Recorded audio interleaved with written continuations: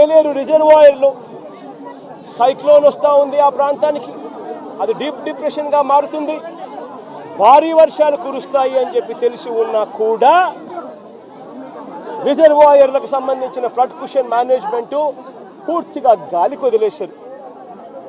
నేను అడుగుతా ఉన్నాను ఇదే మంచి చంద్రబాబు నాయుడు గారిని, దాదాపుగా Yeleru reservoir full reservoir capacity దాదాపుగా 22-23 టీఎంసీలు దాదాపుగా పెట్టుకునే పరిస్థితి ఉంటే అప్పటికే దాదాపుగా ఆ రోజుకు 31వ తారీఖు ఆ రోజుకు దాదాపుగా 18 టీఎంసీల మేరకు నీళ్లు ఆల్రెడీ ఉన్నాయి.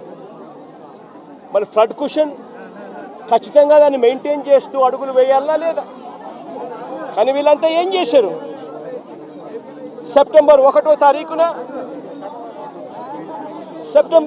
తారీఖున ఏలేరు రిజర్వాయర్లో ఇన్ఫ్లో క్యాచ్మెంట్, ఏలేరు రిజర్వాయర్కు సంబంధించిన క్యాచ్మెంట్ చూస్తే సెప్టెంబర్ 1వ తారీఖున ఏలేరు రిజర్వాయర్కు 9,950 క్యూసెక్లు ఇన్ఫ్లో వచ్చింది.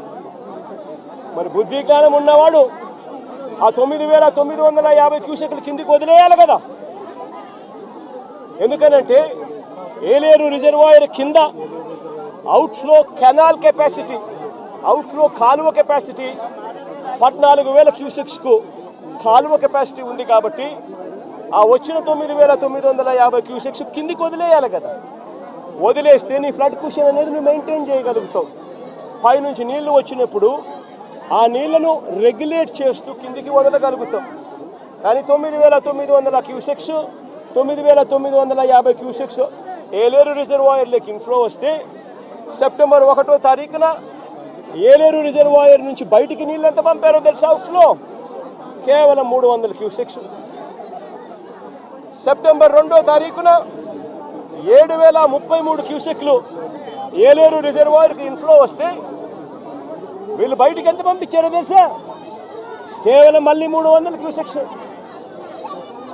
సెప్టెంబర్ 3వ తారీఖున మళ్ళీ ఏలేరు రిజర్వాయర్కి ఇన్ఫ్లో 4,991 క్యూసెక్లు వస్తే వీళ్ళు బయటకు పంపించింది ఎంతో తెలుసా? కేవలం మళ్ళీ 300 క్యూసెక్లు మాత్రమే.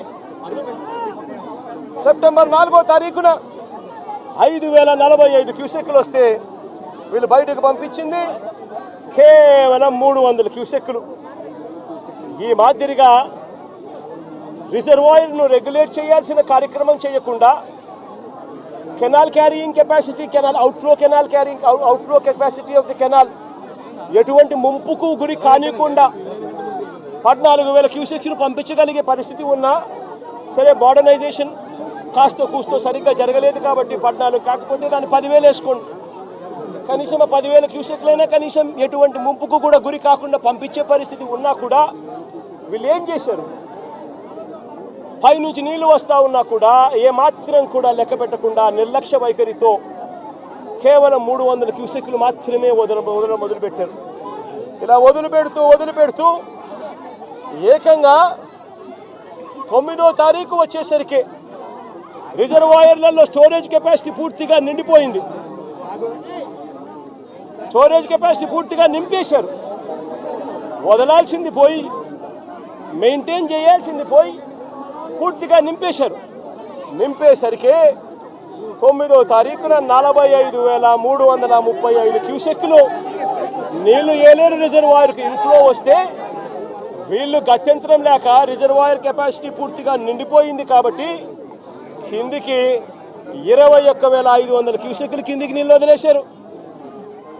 మరుసటి రోజు సెప్టెంబర్ 10వ తారీఖున 26,134 క్యూసెక్లు నీళ్లు ఏలేరు రిజర్వాయర్కి వస్తే ఏకంగా 27,275 క్యూసెక్లు నీళ్లు కిందికి వదిలేశారు.